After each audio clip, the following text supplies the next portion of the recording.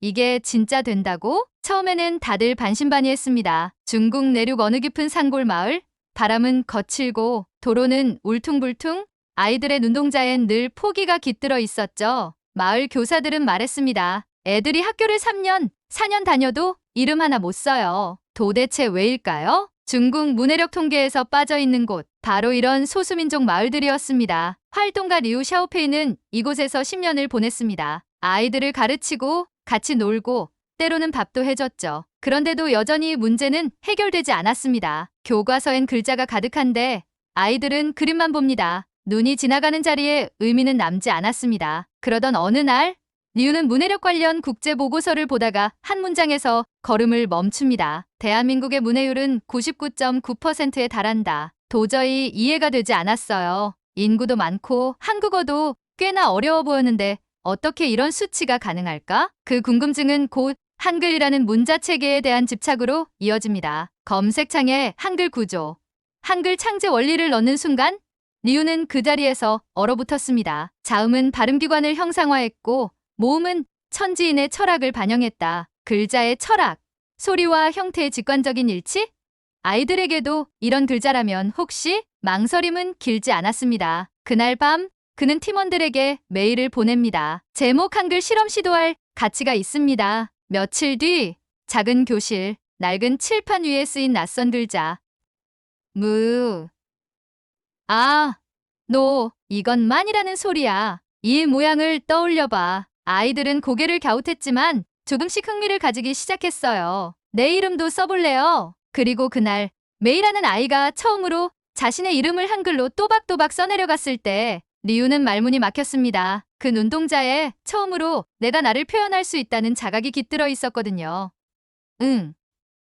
이라는 글자를 또박또박 따라 쓰던 아이의 손이 멈췄습니다. 리우는 조심스럽게 다가가 물었죠. 왜 멈췄어? 아이는 눈을 깜빡이며 대답합니다. 이 글자가 웃는 얼굴처럼 보여요. 교실 안에 순간 조용해졌어요. 다른 아이들도 하나둘 고개를 끄덕이며 칠판을 바라봅니다. 그 글자가 그냥 기호가 아니라 감정이 담긴 얼굴처럼 보인다고요. 아이들의 눈이 반짝이기 시작했습니다. 그것은 교과서에서 한 번도 본 적 없는 빛이었어요. 리우는 그날 밤 일지를 쓰며 손을 떨었습니다. 아이들은 문자를 두려워하지 않는다. 다만 그 문자가 자기 것이 아니었을 뿐이다. 이튿날 그는 더 과감한 시도를 합니다. 아이들에게 자음과 모음의 기본 원리를 설명하며 내가 하고 싶은 말을 한글로 써보자고 했어요. 처음엔 쭈뼛거리던 아이들이 하나둘씩 종이에 소리를 새겨 넣기 시작했습니다. 바무, 샤노, 추구리하고 그림으로만 가득하던 공책 한 켠에 처음으로 문자의 행렬이 생겨났습니다. 선생님들도 놀랐습니다. 글을 읽지 못하던 아이들이 불과 몇 시간 만에 단어를 조합하고 있었어요. 이건 애들이 장난치는 게 아니에요. 진짜로 이해한 거예요. 그 말은 리우의 가슴을 찔렀습니다. 아이들이 처음으로 문자를 쓸 수 있다는 자각을 갖게 된 순간 그것은 단순한 실험 그 이상의 것이었어요. 바로 그때 조용히 앉아있던 메이라는 아이가 손을 들었습니다. 선생님, 제 이름 다시 써볼래요. 더 예쁘게. 그 종이 위에 무해행이라는 글자가 새겨졌을 때 리우는 알았습니다. 이 아이들에게 문자는 더 이상 두려운 상형 문자가 아니라 나를 설명하는 도구가 되었음을. 메이가 자신의 이름을 쓰고 나서 교실 안 공기는 분명히 달라졌습니다. 1명, 2명 아이들이 차례로 종이를 들고 와 말합니다. 이건 내 엄마 이름이에요. 형 이름도 써볼래요. 우리게 이름도 쓸 수 있어요? 이름을 쓴다는 건 단지 문자 조합 이상의 일이었습니다. 그건 아이들의 세계에 소속이 생기기 시작한 순간이었어요. 내 이름, 내 가족, 내가 사는 세계를 표현할 수 있다는 자각은 마치 얼어붙은 땅에 새순이 솟는 것처럼 강렬했죠. 학교 선생님들도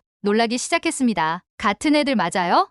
저 아이 수업 시간에 늘 조용했는데 며칠이 지나자 학급 분위기는 눈에 띄게 달라졌습니다. 수업 중 자발적인 발표가 늘어나고 글자 쓰는 시간이 되면 아이들이 제일 먼저 교실에 들어왔어요. 심지어 쉬는 시간에도 친구들끼리 한글로 이름 놀이를 하며 깔깔대는 모습에 한 선생님은 조용히 눈물을 훔치기도 했습니다. 마을에서는 이상한 소문이 돌기 시작했죠. 그 교실에 이상한 외국 글자를 배우는데 애들이 다 좋아한다더라. 그게 한국에서 만든 글자라나?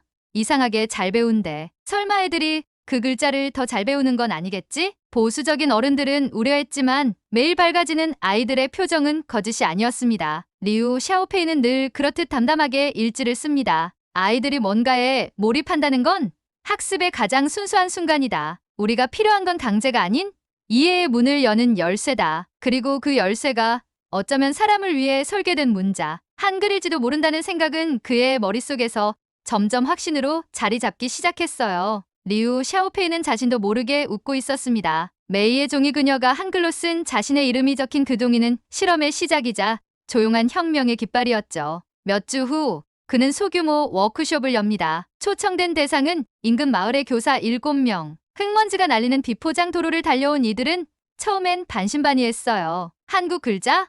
그거 외국어잖아요. 애들한테 한자도 어려운데 이건 또 뭡니까? 굳이 다른 글자를 배워야 하나요? 리우는 말 대신 칠판에 조용히 글자를 씁니다. 고, 노, 덜, 띠. 그리고 입술 모양과 혀의 움직임을 직접 보여줍니다. 자음이 입 모양을 본떠 만들어줬다는 사실에 교사들의 눈이 동그래졌습니다. 이게 발음 구조와 연결되어 있어서 애들이 소리를 먼저 이해할 수 있어요. 글자가 개념이 아니라 그림처럼 느껴지는 거죠. 회의적인 눈빛이 점점 사라졌고 교사 중 한 명이 중얼거렸어요. 왜 우린 처음부터 이렇게 안 했을까요? 파일럿 프로그램은 그날 이후 빠르게 확산되었습니다. 가까운 마을 2곳, 그리고 이후 3곳 참여 학교는 늘어났고 아이들이 한글로 이름을 쓰는 모습은 마치 바이럴 영상처럼 교사들 사이에서 퍼져나갔습니다. 그 속에서 가장 눈에 띈 변화는 자존감이었습니다. 전 제 이름을 쓸 수 있어요. 이건 제가 만든 단어예요. 한글로 동화책을 만들어도 돼요? 한 번도 자신을 문자로 표현해 본 적 없던 아이들이 이제는 직접 단어를 만들고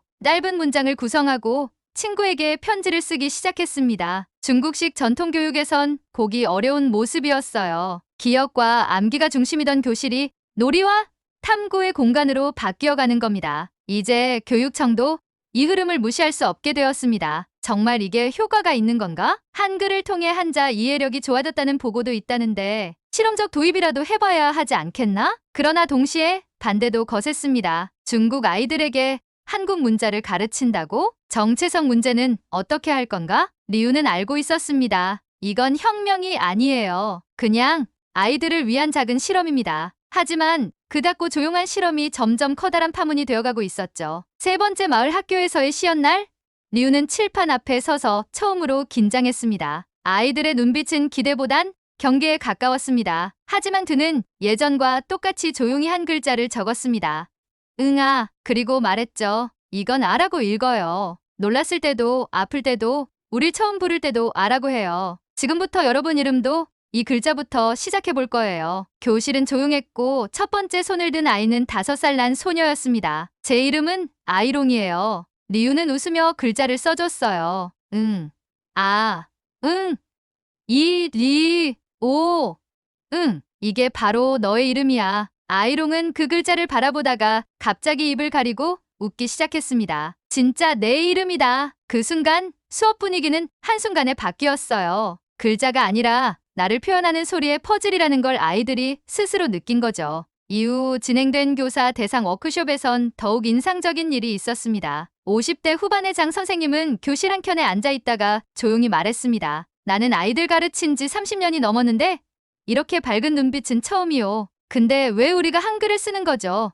우리 문자는요? 그 질문은 날카롭지만 꼭 필요한 것이었습니다. 리우는 잠시 생각한 뒤 대답했습니다. 한글은 목적이 아닙니다. 아이들이 글자와 소리를 연결하는 경험을 하게 하려는 겁니다. 이걸 통해 아이들이 글자에 대한 자신감을 얻게 되면 그 다음은 한자든 무엇이든 스스로 배울 수 있게 됩니다. 장 선생님은 한참을 침묵하다가 고개를 끄덕였습니다. 그리고 다음 날 그의 수업 시간엔 놀라운 일이 벌어졌습니다. 아이들이 직접 만든 한글 카드로 친구 이름을 외우고 그 이름으로 짧은 동요를 만들고 있었던 거죠. 응이리응오응, 응아응이리오응. 그 장면은 영상으로 찍혀 SNS에 공유됐고 멀리 떨어진 교사들 사이에서도 퍼지기 시작했습니다. 댓글엔 이런 반응들이 달렸습니다. 진심으로 감동입니다. 아이들이 글자를 배우는 게 아니라 즐기고 있네요. 우리 반에도 도입해보고 싶어요. 자료를 받을 수 있을까요? 하지만 한편에선 긴장이 고조되기 시작합니다. 교육청 회의에서 어떤 국장이 말했습니다. 아이들에게 다른 나라 문자를 교육하는 건 민감한 문제입니다. 감성적으로만 접근해서는 안 됩니다. 리우는 회의실 밖에서 그 발언을 듣고 처음으로 마음이 무거워졌습니다. 나는 아이들을 위한 일을 하고 있는 걸까?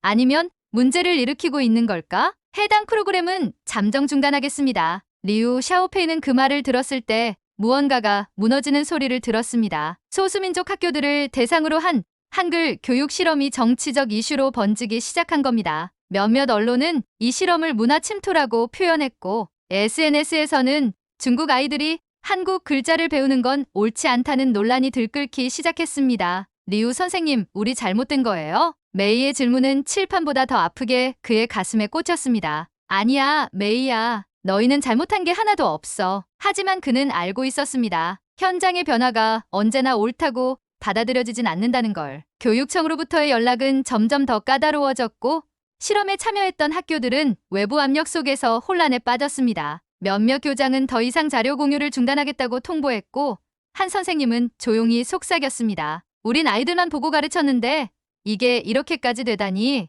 리우는 큰 결심을 합니다. 아이들에게 마지막 수업을 열기로 한 거죠. 그날 그는 교실 한가운데에 앉아 아이들에게 말합니다. 오늘은 특별한 걸 배울 거야. 우리가 왜 이 글자를 배웠는지 진짜 이유를 찾아보자. 아이들은 종이 한 장씩을 받아듭니다. 그리고 그 위에 한글로 자기 이름을 씁니다. 그러자 메이가 다시 손을 듭니다. 선생님, 제 이름 잘 쓴 건가요? 리우는 메이의 종이를 바라보다가 조용히 말합니다. 메이야, 그건 너의 이름이니까 절대 틀릴 수 없어. 그 순간 아이들의 눈빛은 다시 살아났습니다. 글자는 지식이 아닌 존재의 증거가 되었습니다. 그리고 바로 다음 날 반전이 시작됩니다. 한국립대 교수와 다큐멘터리 팀이 이 실험을 다룬 영상을 온라인에 공개한 것입니다. 영상 제목은 단순했지만 강렬했습니다. 읽을 수 없던 아이가 나를 썼습니다. 3분짜리 영상은 순식간에 수백만 조회수를 기록했고 수천 개의 댓글이 달렸습니다. 이건 문자 교육이 아니라 인간 존엄에 대한 이야기입니다. 한글이 이렇게 쓰일 수 있다니 눈물이 납니다. 이 실험은 세계 문해력 정책의 전환점이 될 수 있어요. 영상 속 메이는 자신이 쓴 이름을 들고 웃고 있었고 배경엔 리우의 음성이 울렸습니다. 문자는 지식이 아니라 기회의 문입니다. 그리고 그 문을 여는 열쇠는 사람을 위한 문자로부터 시작되어야 합니다. 영상이 퍼진 지 일주일, 리우 샤오페이의 메일함은 멈추지 않고 울렸습니다. 해외 교육단체, 언어학 연구자, 교사들, 그리고 심지어 부모들까지 그들은 한결같이 말했습니다. 우리는 이 실험을 지지합니다. 글자 하나가 아이의 세계를 바꿀 수 있다는 걸 처음 알았어요. 당신은 단순한 교육자가 아니라 아이들의 문을 연 사람입니다. 심지어 멀리 한국에서도 연락이 왔습니다. 저희는 한글에 담긴 원리를 교육적 도구로 쓰고 있다는 소식에 깊은 감동을 받았습니다. 도울 수 있는 일이 있을까요? 리우는 처음으로 외롭지 않다는 기분을 느꼈습니다. 그동안 누구와도 공유하지 못했던 마음, 나는 아이들을 위해 이 길을 가는 것뿐입니다라는 신념이 이제는 공감의 언어로 변해 돌아오고 있었던 것이죠. 놀랍게도 몇몇 교육청 관계자들조차 조용히 연락을 해왔습니다. 공식적으로 말하긴 어렵지만 당신의 실험을 개인적으로 응원합니다. 아이들의 변화가 너무도 뚜렷합니다. 이건 부정할 수 없습니다. 그리고 어느 날 그는 메이의 부모로부터 편지를 받습니다. 저희 딸은 요즘 자기 이름을 하루에도 수십 번 씁니다. 그 이름이 그냥 부르는 소리가 아니라 자기가 누구인지를 말하는 방식이 되었거든요. 그 글을 읽는 순간 리우는 다시 처음 그 교실이 떠올랐습니다. 칠판 앞에서 응의를 쓰던 아이의 눈빛, 그리고 말없이 웃던 메이의 얼굴. 그는 다짐했습니다. 이건 끝이 아니야. 단지 시작일 뿐이야. 그리고 다시 작은 노트를 꺼내 한 줄을 씁니다. 문해는 기억의 기술이 아니라 자아의 각성이다. 봄이 되자 메이는 작은 노트를 하나 들고 리우에게 다가왔습니다. 표지는 색연필로 예쁘게 꾸며져 있었고 가운데엔 이렇게 쓰여 있었죠. 우리 반 이해하기. 노트 안엔 친구들 이름이 한글로 또박또박 쓰여 있었고 그 옆엔 그 아이가 좋아하는 것이 적혀 있었어요. 리퉁, 자전거를 잘 타요. 웨이웨이, 노래를 잘해요. 메이라는 내 이름이 예뻐서 자주 씁니다. 리우는 노트를 한 장 넘기며 아무 말도 하지 못했습니다. 그저 숨을 고르고 천천히 눈을 감았습니다. 이건 교육이 아니라 아이들 스스로 만들어낸 자기 세계의 지도였던 거죠. 한글은 도구였습니다. 하지만 그 도구는 이해할 수 있다는 희망을 만들었고 그 희망은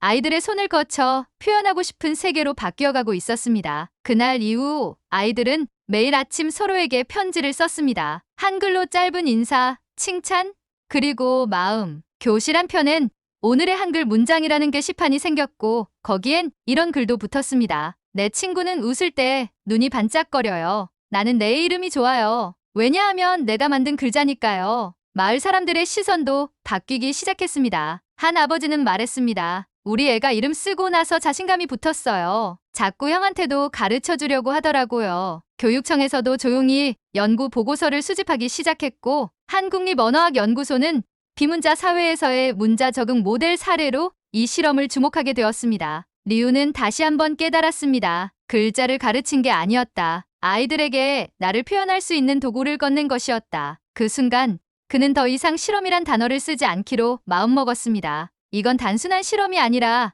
아이들과 함께 만든 새로운 시작이니까요. 몇 달 뒤 리우 샤오페이는 한국 서울의 작은 포럼 무대 위에 서 있었습니다. 그의 발표 제목은 단순했습니다. 한글 그리고 아이들의 이름. 그는 차분한 목소리로 이야기했습니다. 우리는 아이들이 글자를 배울 수 없다고 믿었습니다. 하지만 사실 아이들이 글자를 거부한 것이 아니라 글자가 아이들에게 닫혀 있었던 거였습니다. 스크린에는 메이의 노트가 비춰졌습니다. 이름 옆에 쓰인 문장.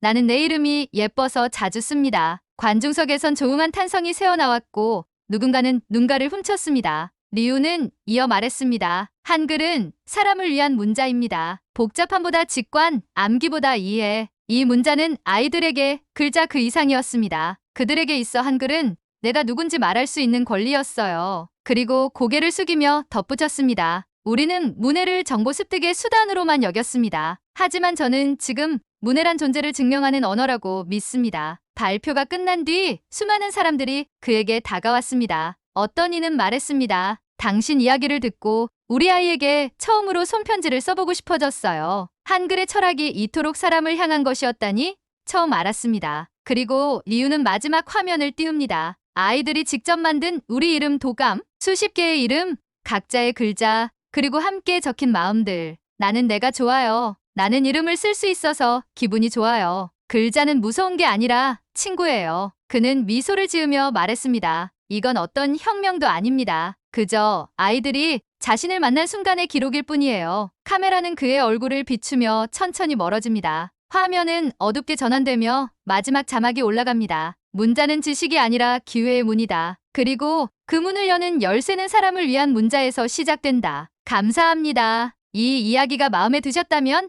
구독과 좋아요 부탁드려요. 또 다른 국뽕 스토리를 원하신다면 댓글로 제보해주세요. 당신의 사연이 다음 이야기의 주인공이 될 수 있습니다.